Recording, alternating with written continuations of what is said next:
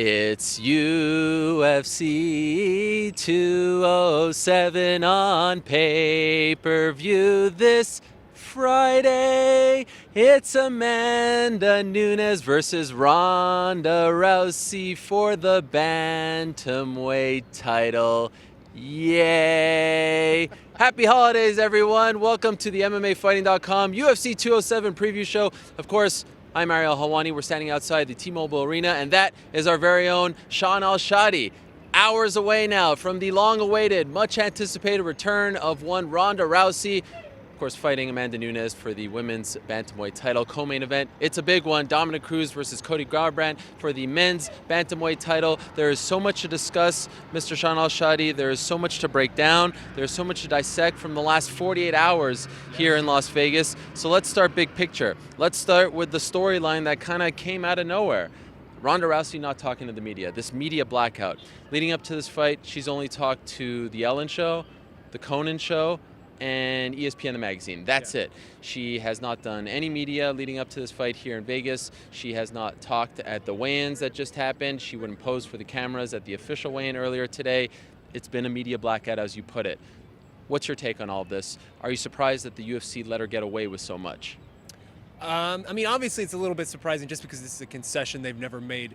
But it is interesting. I mean, you said she did those three pieces of media. We didn't get anything of substance out of it. And so we really haven't gotten anything of substance over the past 13 months since, you know, the most traumatic thing of her sporting career basically happened. And it's a very unique situation, and it's a very strange situation because a lot of the pageantry of fight week has almost been gone this week. It's been a lot of dead air. It's very subdued. I mean, it was already going to be short because it's a Friday show as opposed to a Saturday show. But I mean, there was no open workouts. There was no press conference. We didn't get any of these kind of crazy big moments that usually, builds this timeline for a fight week that builds that hype. Instead, we've just had a lot of strangeness, and it's a very strange. It's just a very curious situation in general, and 2016 is a very bizarre year, and it feels very fitting to end on a week like this, where we really I genuinely don't know if this is going to take a major hit on this pay-per-view, because you would think it would, but we have no idea. Yeah, Rousey not talking, the fact that the pay-per-view is on a Friday, one would imagine that the pay-per-view would take a hit, but we really don't know. I mean, it was so interesting that Dana White himself actually admitted that he was forced to talk to us for the first time as, a media corps, doing his old school media scrum for the first time in 2 years because Ronda wasn't talking. So this is a company that recognizes they had to do some promoting. And I thought it was a smart move on his part, right, to actually speak. Now, here's where I'm conflicted, because I feel like it has been tone deaf by the UFC and Ronda Rousey to not speak to anyone, to act this way, to be so upset at the world, to always have a frown. Because there's so much going on in this world. There's so much going on this year. People want to get behind someone who's happy, who is, on the revenge tour, reclamation project, the underdog, so to speak. That's who people want to get behind. But then we go to the weigh-in, and she's cheered way more than Amanda Nunes. Yeah. Amanda Nunes is booed very loudly. Maybe all of this is something that we just care about and no one else. Is that possible? I mean, that's entirely possible, and it's a product of who she is as a superstar. I mean, she's a different kind of superstar than even just a Conor McGregor, and that was apparent even as far as last year. I mean, she reached a mainstream level that we've never really seen in this sport, and I feel like we get so trapped in the insular bubble, the MMA bubble, where everything's a big deal and it's one thing to the next, and we get so caught up on the minutia that it's very possible that we lose sight of the real world outside of the bubble. And the real world considers Ronda Rousey to still be one of the most successful fighters, the best female fighter in the world, and one of the biggest stars in this sport. So it's not surprising that she got a better reception, and actually I felt like it would have been surprising if she didn't, to be honest. What did surprise me a little bit was just how many women were at the weigh-ins. I mean, it was amazing to me, by far the most of any UFC weigh-in, and even a Ronda Rousey fight. I mean, it was very evident that a lot of, young females came to support her. Also evident that this was a much smaller crowd than the weigh-in for 202, 205, even UFC 200. So this idea that she's the biggest star and draw in the UFC, maybe she opens doors for the UFC that no one else can open. But as far as being a draw, even look at the gate numbers, she's nowhere near Conor McGregor. That's a fact, right? Absolutely. I mean, that's not really something you can argue when, this guy, Conor, is a guy who's had back-to-back years of probably the most successful years of anybody in the sport. I mean, I think he probably owns 4 of the top 5 selling pay-per-views just in the last 2 years of all time. So yeah, it's different levels. I mean, we've had this discussion before, but it's different levels of superstar and different types of superstar. And Ronda isn't one. She never really was one that translated to pay-per-view buys until she really hit that crescendo with the Betch fight and then the Holly fight at the end of last year. I don't feel like that's going to translate to this, but again, it's such a weird situation that we're in right now that it's hard to really fully predict it. There's so many layers to this Ronda Rousey story when you consider the fact that she is represented by the new owners, Yes. WME IMG, which is a massive conflict of interest, and quite frankly, I'm surprised it's not a bigger deal. And also when you consider the issues that the UFC has had with its superstars in the past in them not wanting to do media. I mean, just this year alone. 8 months ago. 8 months ago, Conor doesn't want to do a press conference. He's pulled from 200 unceremoniously. Do you think that they will kind of live to regret this decision, relenting to her, allowing her to do absolutely nothing? This might bite them in the butt in the not too distant future. 100%. I mean, this is a very unprecedented situation. And you know, talking to Dana yesterday, he made it very clear that this is a one-time, one-and-done thing.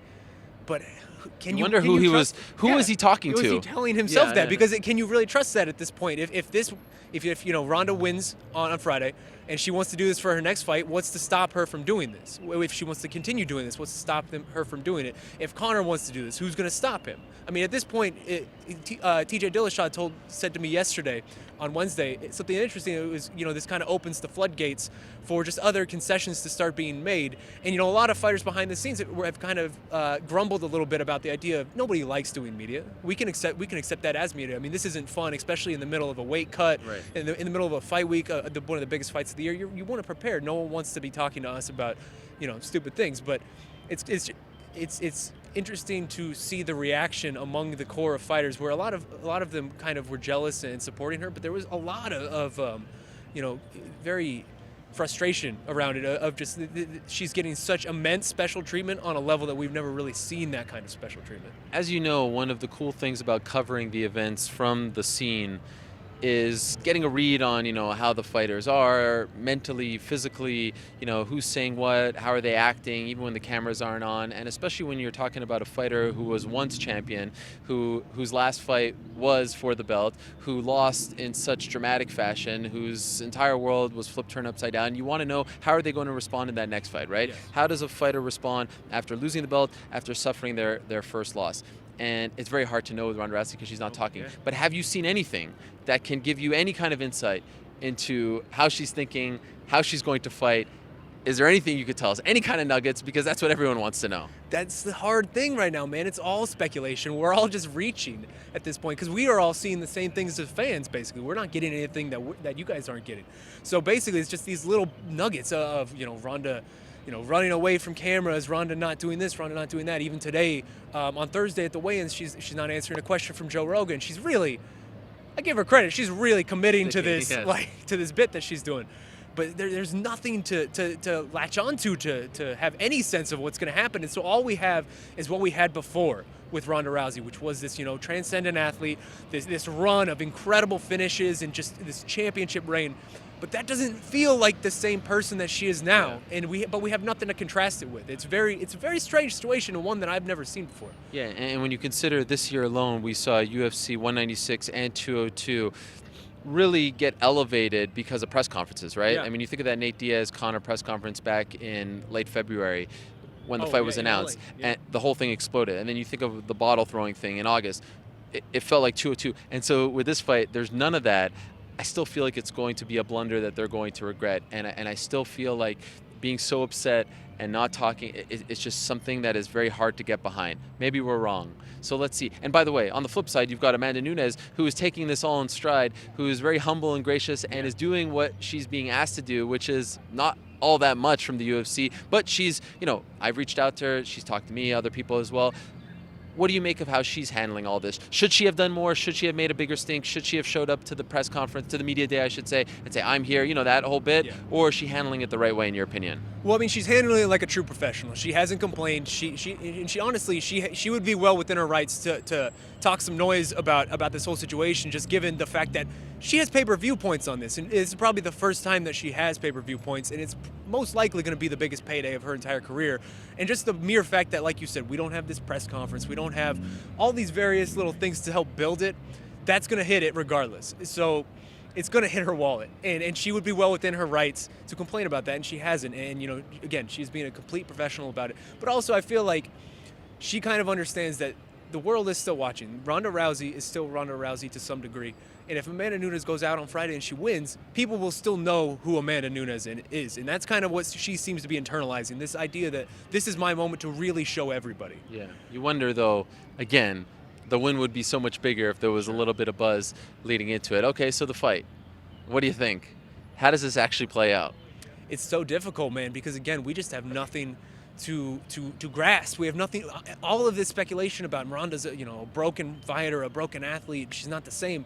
It's all just speculation, but that's really like all we have to talk about this fight, because people seem to forget, in discussing this fight that Ronda before the Holly fight, what was it? 4 fights and it ended in like a combined 2.5 minutes. Her run was so incredible on a level that we had never really seen before, but it all seems so distant at this point. That feels like a different person entirely, and it's I've never seen an athlete in any sport, regardless, take a loss the way that she took a loss, over the past year.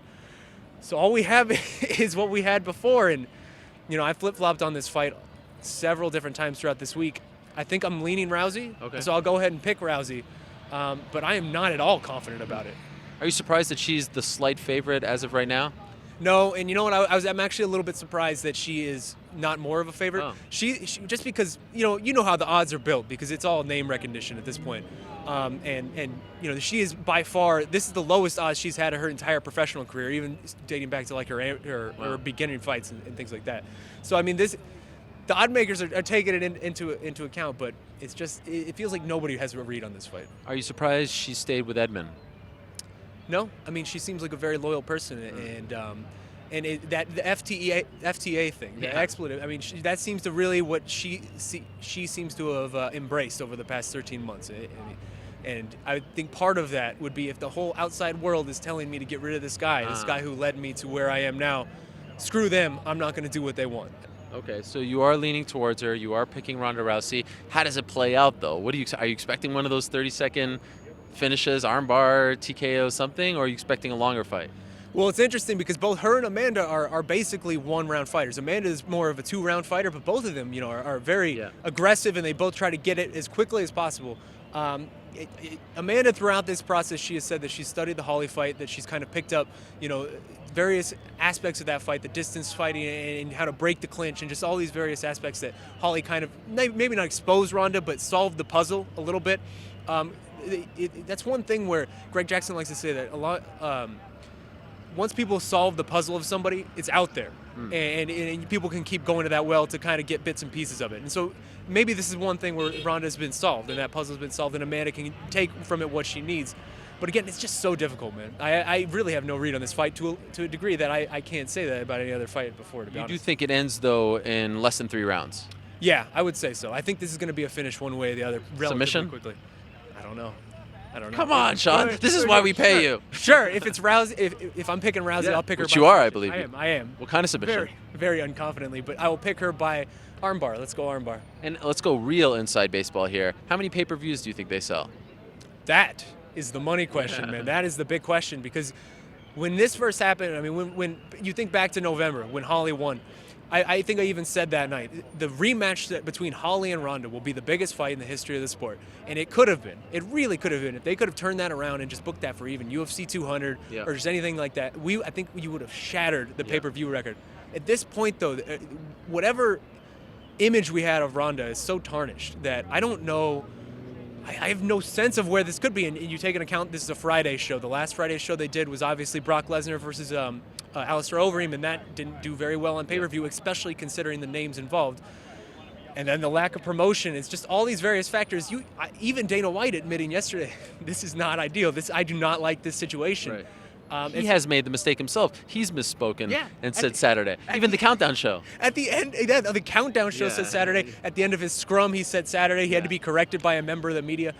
It's just, it's bizarre. And I feel like I've used the word strange and bizarre so many times throughout this breakdown, but that's really what it is. And I feel like it's gonna do significantly less than it should have, to be honest. Her return should have been one of the biggest things in the sport, and it's just not. If Ronda Rousey wins, does she speak to the media afterwards? Wouldn't that be something? I don't know. Dana seems to believe that she will. I would think that she would, because then at that point you were just, what are we doing? Yeah. Like, are you just never going to speak to anybody in the world ever at that point? Like, you've reclaimed it. You've done what you needed to do. But I mean, if she loses, I don't think we're hearing from her. If she loses, does she ever fight again? No. If she wins, does she ever fight again? Yes, I think if she wins, she'll go for the rematch to Holly Holm.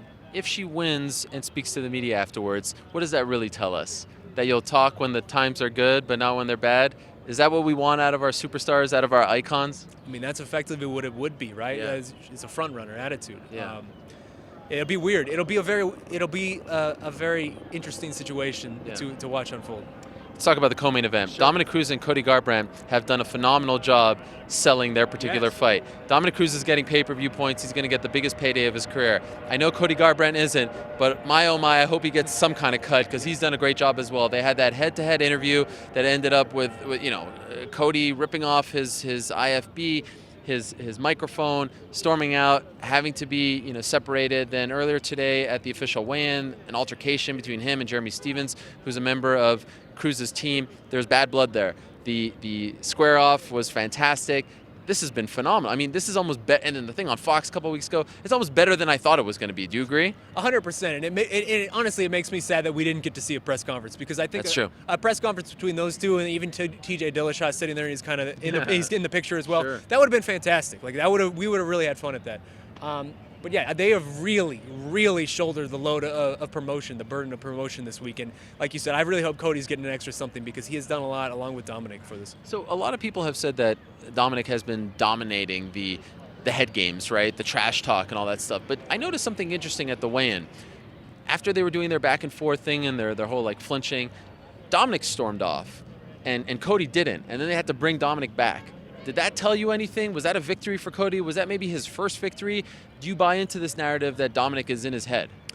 I don't know. I don't buy into the narrative that was a victory, because I Okay. feel like Dominic knows how to play to the crowd. He knows when the cameras are on and what's recording. I mean, we just saw Dominic here on the street. He seemed to be in very, very. He flashed good, me. Yeah, he did. I wasn't going to say that, but he flashed you. He seemed to be in very good spirits.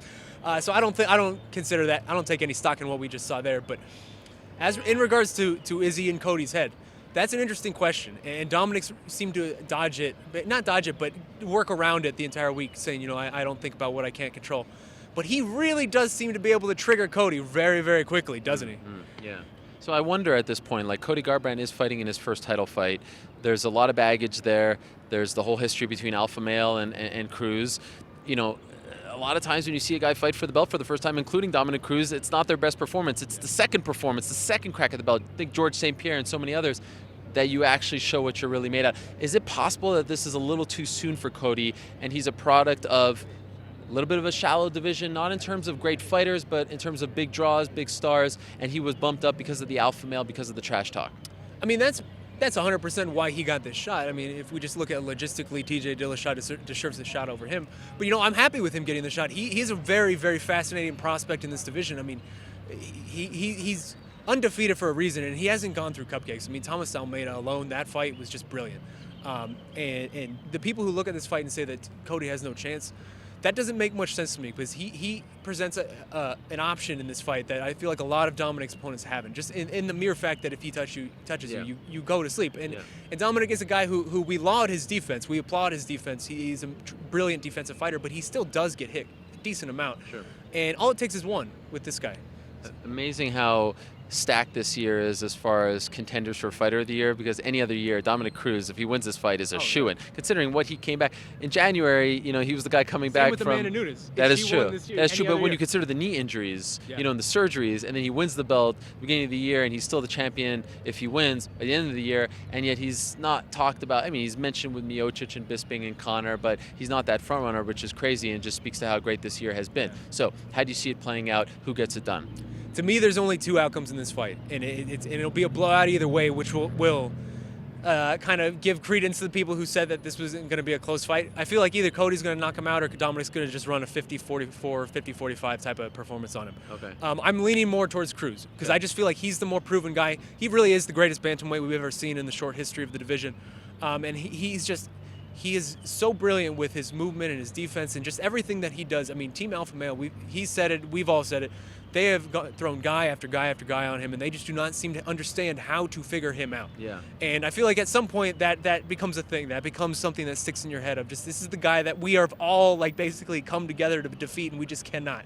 Yeah. I'm leaning towards Dominic taking a decision. Not only is he the greatest bantamweight of all time, but would love to see him more in that pound-for-pound great discussion as well. He's the guy who beat DJ. Only one loss at 145. He avenged it at 135.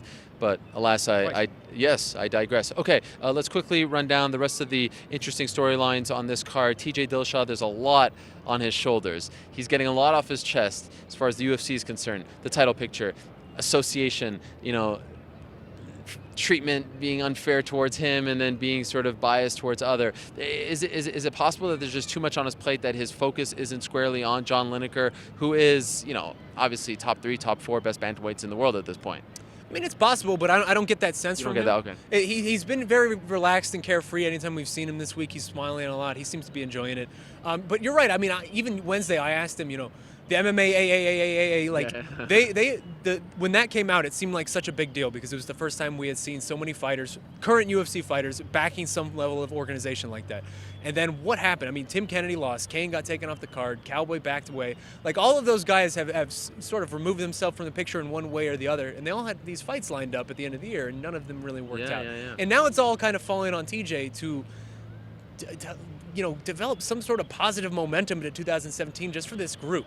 Yeah. And I asked him that, and he just doesn't seem to be caring about any of it. He really just is focused on the idea that, I'm the real champion because I'm the one facing the number 2 guys when Dominic's facing number 5 and number 8 and all these other guys. And so I think there's something to be said for how much he's taking this in stride and just how driven he is to really get that shot back. All right, you think he wins? I think he wins. I think John Lineker is a guy who can suck anybody into a brawl. John Lineker is a guy who, his power is tremendous. I mean, if he touches you, you can go to sleep. But TJ Dillashaw is just on a different level technically, and I feel like he's going to dance around John and just piece him up. And good news for John Lineker, he made weight. So that's a huge victory for him. Does Dillashaw get the finish, or is it a decision for him? I think it'll be similar to the Assunção fight at 30-27. Okay. Speaking of weight issues, Johnny Hendricks missed weight very badly earlier today. Another mishap for him. He did not look good at the media day. He obviously didn't look good. Yeah, today he misses weight by 2.5 pounds. Ray Borg as well missed weight 3.5 pounds. But Johnny's the big story. At this point, is this kind of do or die for him? I mean, obviously at 170, I'm assuming you don't want to see him fight at 170 anymore, but does he have to stay? Does he have to win, to stay in the UFC to warrant a spot here these days? It's a valid question. I mean, I asked our cameraman Casey that earlier. Can you tell me someone else in the history of the UFC who has fallen off so quickly? Yeah. I mean, this is a guy who a couple years ago was the heir apparent to Georges St. Pierre, who probably beat him in that fight. And just what happened, man? Like, you look at him now, and even on the media day and just today at the weigh-ins, like, he looks like a shell of sure. what he used to be. It's sad to watch. And I don't feel like he has a choice even at just the ability to stay welterweight. Like, there's no way anybody's going to let him fight at welterweight again. We are watching a guy kill himself slowly. Literally. Yeah, literally kill himself slowly. And it is very uncomfortable, and it's extremely dangerous at this point. Yeah, man, it's very... It's unfortunate. What can you say about the guy at this point? I mean, he another loss would be a third straight for him. And just considering, I mean, he's only missed weight twice, I believe. This was the second. But then, you count in the Woodley incident where he had to go to the hospital. At 171, it was a very, very close call to the point where Nick Diaz is berating him, on the stage, basically. I feel like if he doesn't win, something dramatic is going to happen. This is a guy he's been talking about retirement. Once you float that, he said he floated that out there just to derail the media conversation, but that doesn't make sense to me because then that's just leading the media conversation to that, which is not a good. But I digress. I mean, once you start talking about retirement, I feel like you're almost halfway there. Yeah. And so if he loses, I feel like maybe it's the end of we don't see him again. Sure. I hope his loved ones do step in, and for his own sake, if he does want to fight, have him fight at 185. Do you think he beats Neil Magny, or do you think Magny wins? No, I mean, after what we've seen the past 2 days, media day, he seemed struggling really hard, and then today it just seemed like he gave up almost. I don't want to say he gave up on his weight, but it just seemed like he just couldn't believe it, and he was just done with everything. I think Neil Magny wins. I mean, at this point, what kind of shape is in Johnny Hendricks in to fight, to compete? And then very quickly, Tarek Saffiedine, Dong Young Kim, who do you have? I'm going to lean Saffiedine. I'm pick Saffiedine on this one. And then Ray Borg, who missed weight, as we said, has to give up 30% of his purse.